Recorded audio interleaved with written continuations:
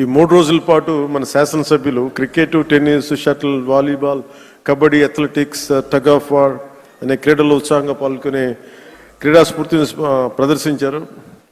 నాకు దురదృష్టవశాత్తు ఏంటో నేను ఎప్పుడు నా క్రీడలు నాకు తెలియదు చిన్నప్పటి నుంచి కూడా.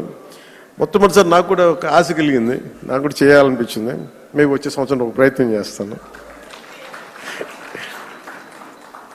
ఈ పోటీలో విజయం సాధించిన సభ్యులందరికీ నా హృదయపూర్వక అభినందనలు.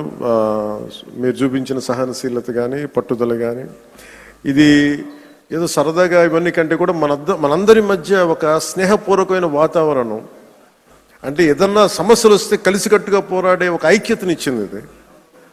అది నాకు చాలా చాలా ఆనందాన్ని ఇచ్చింది.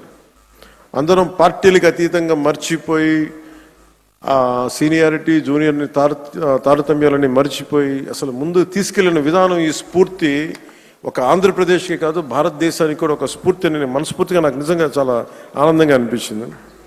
అలాగే దీన్ని ముందుకు తీసుకెళ్లిన ప్రతి అంశాన్ని ముఖ్యంగా ముందుకు తీసుకెళ్లిన మా ఎమ్మెల్యేస్ అందరికీ కూడా స్పోర్ట్స్ అథారిటీ, ఆంధ్రప్రదేశ్ క్రీడా సాధికార సంస్థ ఈ కార్యక్రమాన్ని విజయవంతంగా అందించిన సహాయానికి నా హృదయపూర్వక కృతజ్ఞతలు తెలియజేస్తాను. క్రీడా మైదానంలో ఏర్పాట్లు కావచ్చు, అవసరమైన క్రీడా సామాగ్రి, క్రీడాకారుల సౌకర్యాలు వంటి అన్ని విషయాల్లో వారు చేసిన కృషి చాలా చాలా ప్రశంసనీయం. శాప్ అధికారులు, కోచ్లు, మరి సిబ్బంది మన అందరి తరపున ప్రత్యేక ధన్యవాదాలు తెలియజేస్తూ, మీ అంకిత భావం వల్లే ఈ రోజున క్రీడా సమ్మేళనం ఇంత విజయవంతంగా సాగింది. ఈ సమ్మేళనాన్ని విజయవంతం చేసిన ప్రతి ఒక్కరికి నా మనస్ఫూర్తిగా అభినందనలు తెలియజేస్తూ, ఈ పోటీలో పాల్గొన్న ప్రతి ఒక్కరికి నా ప్రగాఢ అభినందనలు తెలియజేస్తూ, విజేతలకు మరొకమారు శుభాకాంక్షలు తెలియజేస్తూ, మనందరం ఈ స్ఫూర్తిని, ఈ ఆనందాన్ని ముందుకు తీసుకెళ్తూ ఈ ప్రజా సంక్షేమం కోసం, ఆంధ్రప్రదేశ్ అభివృద్ధి కోసం గౌరవ ముఖ్యమంత్రి గారి స్వర్ణాంధ్రప్రదేశ్ 2047 దిశగా అందరం అడుగులు వేయాలని, ఈ కనీసం నేను ప్రతిసారి పదే పదే చెప్తాను, ఈ ఆనందం కనీసం స్థిరత్వం ఇవ్వాల్సిన ఆనందం, కేవలం మనం ఈ రోజున ఆనందంగా ఉండటమే కాదు, ఈ ఆనందాన్ని వచ్చే కనీసం 1.5 దశాబ్దం పాటు మనందరం కృషి చేసి ముందుకు తీసుకెళ్తే తప్ప ఈ గాడి తప్పిన ఈ రాష్ట్రాన్ని గాడి పెట్టాలంటే కనీసం 15 సంవత్సరాలు కనీసం పనిచేయాలి. ఇది ప్రధానమంత్రి గారు 3వ ప్రధానమంత్రి అయ్యారు.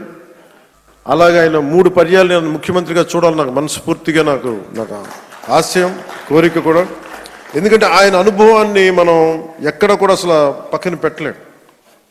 సో ఆయన దగ్గర నేను మనస్ఫూర్తిగా ఈరోజు మరోమారు గౌరవ సభ్యులందరి తరపు నేను ముందు చెప్తున్నాను, ఆయన దగ్గర నుంచి నేర్చుకోవడానికి కానీ, ఆయన కింద పని చేయడానికి కానీ నేను అనుక్షణం ఎప్పుడు సంసిద్ధంగా ఉంటానని తెలియజేసుకుంటూ, నాకు ఈ అవకాశాన్ని ఇచ్చిన ప్రతి ఒక్కరికి ధన్యవాదాలు తెలియజేసుకుంటూ, ముఖ్యంగా మీరు ఇంటికి వెళ్ళేటప్పుడు మీరు చాలా అనుభవాలు తీసుకెళ్తున్నాను.